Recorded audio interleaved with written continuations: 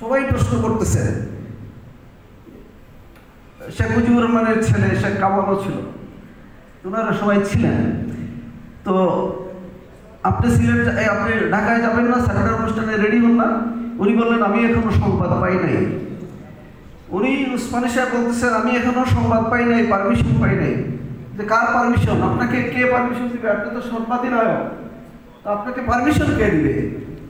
যে যুদ্ধের ময়দানে আমি সংবাদই নয়, কিন্তু পাবলিক ফিল্ডে আমি সরকারের অধীন। তো সরকার তো তাজউদ্দিন সাহেব যদি আমাকে না বলে আমি যেতে পারি না। তো উনি রেডি হলেন না। পরবর্তীতে আরো যখন সময় যাচ্ছে উনি কোনো সংবাদ পাচ্ছেন না। তারপরে আবার প্রশ্ন করা হলো যে স্যার আপনি কি যাবেন না? উনি বলতে এসছে আমি সংবাদ পেয়েছি, আমাকে যেতে হবে না। আচ্ছা, উনি না যাক, সরকার কেন ওনাকে যেতে দিল না? এই প্রশ্নের কোনো উত্তর ইতিহাসের কোথাও নাই। আমি আজকে আপনাদের কাছে প্রশ্নটা রেখে গেলাম, আপনারা এটা বের করেন যে কেন তাজউদ্দিন সাহেব উসমানী সাহেবকে যেতে বারণ করলেন।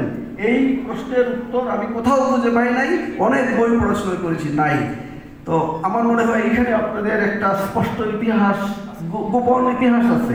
সেই গোপন ইতিহাসটা খুঁজে নেন, তাইলে উসমানী সাহেব জায়গা মতো বসবে।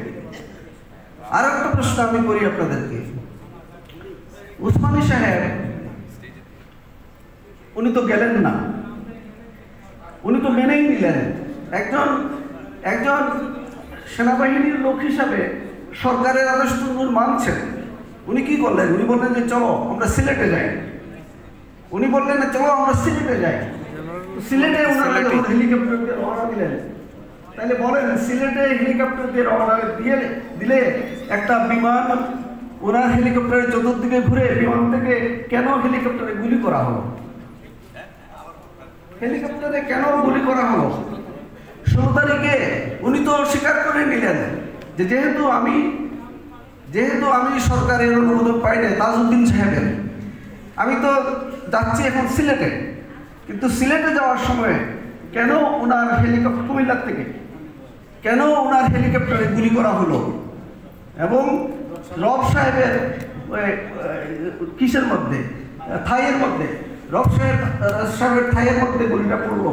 এবং হেলিকপ্টারের ট্যাঙ্ক থেকে তখন জ্বালানি পড়ে যাচ্ছিল। উসমানী সাহেব নিজে সেই ট্যাঙ্কের হাতে ধরে সিলেটে উনি ল্যান্ড করলেন। তো আমার প্রশ্নটা হলো এটা, ওনাকে যাইতে না দেন, রাষ্ট্র থেকে সিদ্ধান্ত নিলে উনি যাবে না, কিন্তু উনি তো সেটা মানলো, মেনে উনি সিলেটে যাচ্ছে, কেন ওনার হেলিকপ্টারে গুলি করলেন? এইসব ইতিহাস যদি আমরা এখন বের না করি